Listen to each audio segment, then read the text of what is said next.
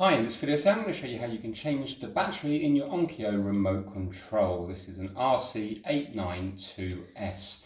So if we flip it over, the battery is located just in the bottom bit here. And it is a little bit fiddly to take out, but you can see there's a little spring just on this side here. So we need to push that little spring part in while also pulling it out using this bit here.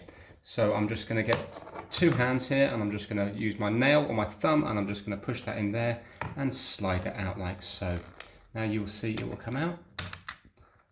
And this is a battery we need. It's a CR2032. So they're made by loads of different brands.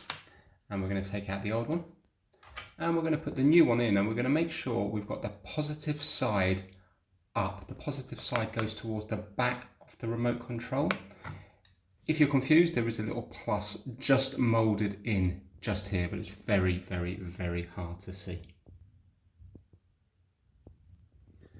So then once you've got your battery in there, we just need to place it back here like so and gently push it home. And that's it. And now hopefully you will find that your system will work again. Thanks for watching.